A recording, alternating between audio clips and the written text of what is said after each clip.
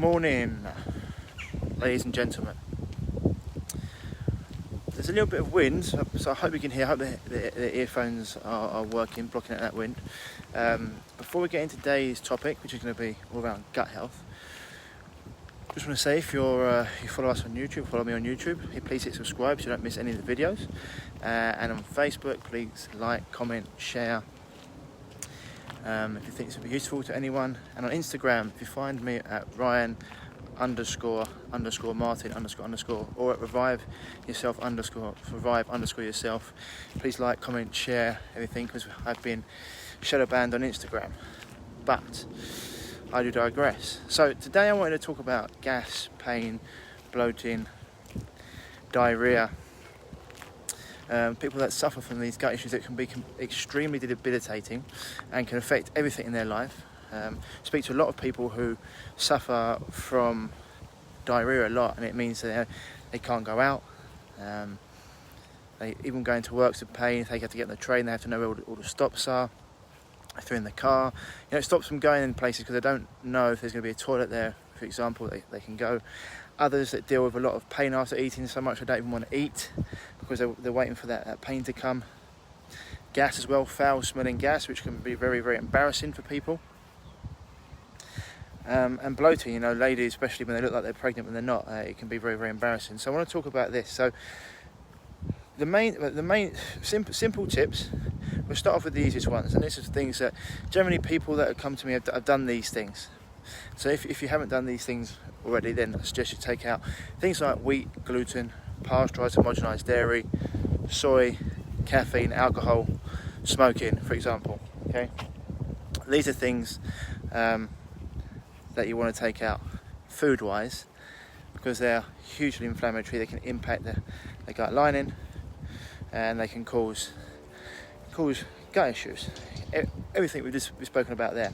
Other things as well, medication. Medication can definitely impact the gut, can impact your digestion, but it also impacts the gut lining. It can cause bleeding, actually. It can cause a lot of pain, especially things like anti-inflammatories as well. A lot of sportsmen take a lot of anti-inflammatories. These can cause big issues as well as other hormonal imbalances. Okay, so these are some of the basic things.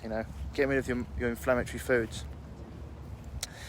The main one that I wanted to talk about, other things as well we can look to do is change the microbiome. Like if you've been eating a certain way or eating a diet that doesn't work for you, a lot of people are doing that.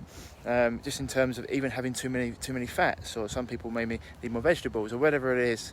People having the wrong diet, that can cause issues as well for them. And if you've been having things like medication for a long period of time, it can take a while to change your microbiome.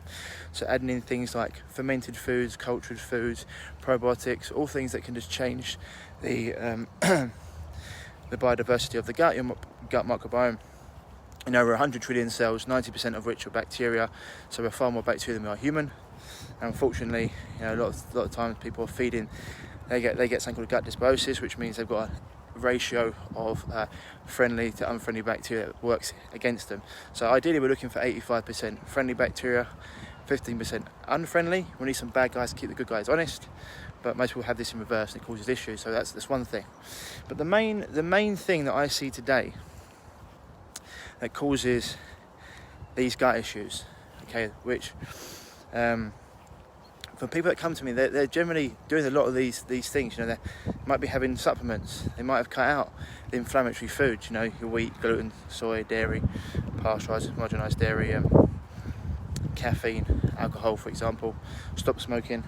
But the one thing that they're not doing, or the one thing that their body is constantly under, is stress.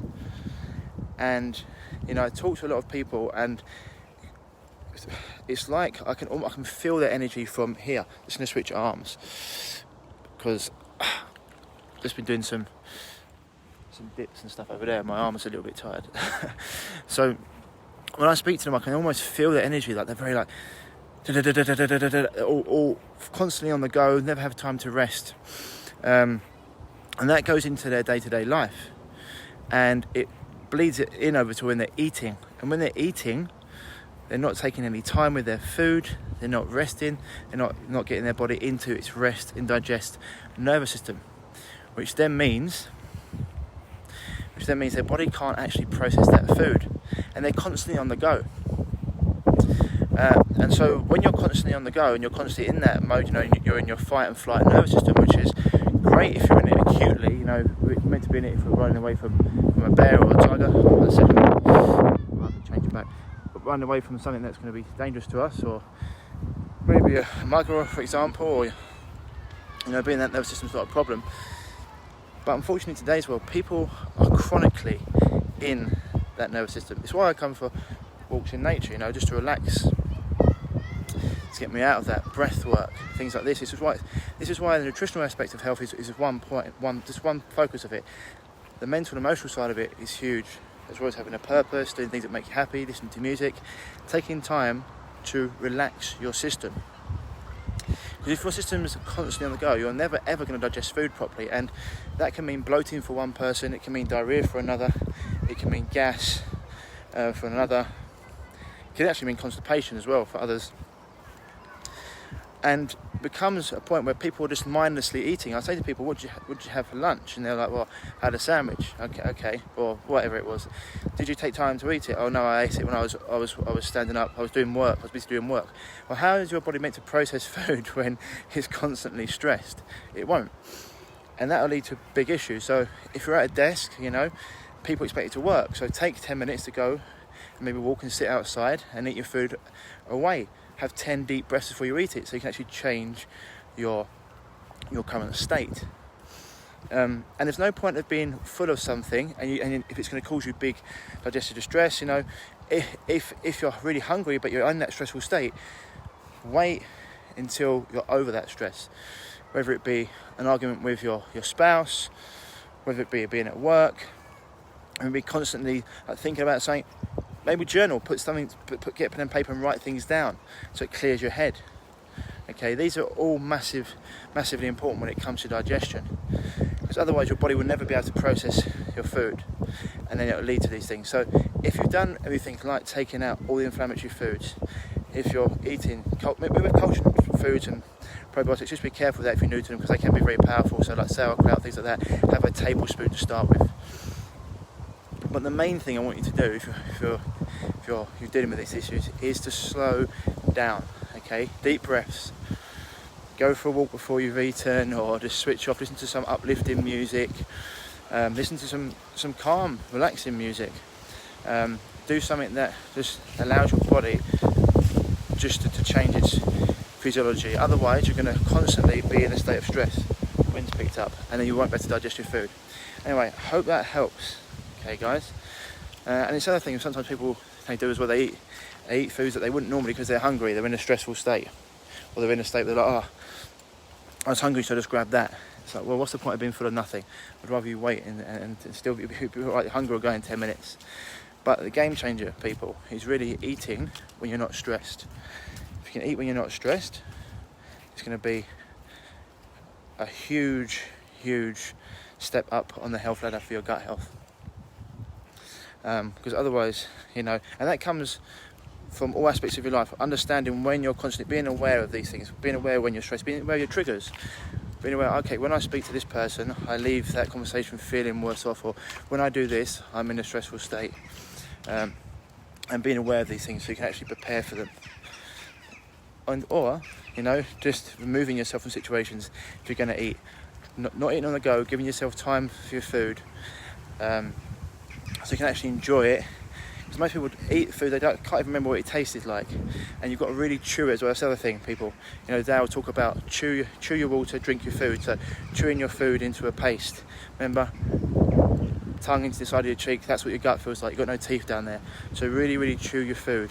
Because otherwise your body's trying to digest it. And then we can look at things like hydrochloric acid and digestive enzymes that a lot of people, over the age of 30, it gets depleted.